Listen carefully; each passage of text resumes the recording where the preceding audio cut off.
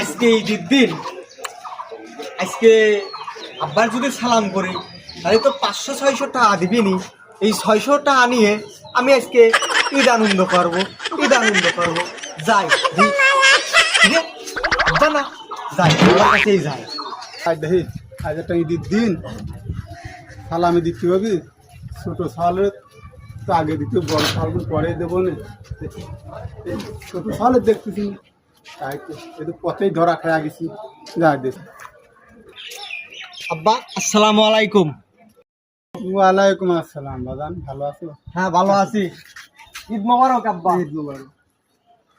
একবারই করতে হবে বাজান। আব্বা গত বছর একবার ঈদ সালামি দাও নাই, আমার দেহে পলা দৌড় মারছো। এবারটা তোমার সামনে সামনে পাইছি, এবারটা আমার ঈদ সালামি দাও। হ্যাঁ সালামি তো এনে ধর তোর ঈদ সালামি নে। আব্বা ঈদ সালামি 100 টাকা দিচ্ছে, 100 টাকা ঈদ সালামি কেউ নেয়। এইবার আব্বা এবারটা জনপতি ঈদের ফিতরা কয়টা আইছে? 100 টাকা করে আছে। এবার জনপতি ফিতরা তো 100 টাকা করেই তো আছে বাজান। আমি কি ফিতরা নেওয়ার জন্য তোমার কাছে আইছি? দাও টাকা দাও।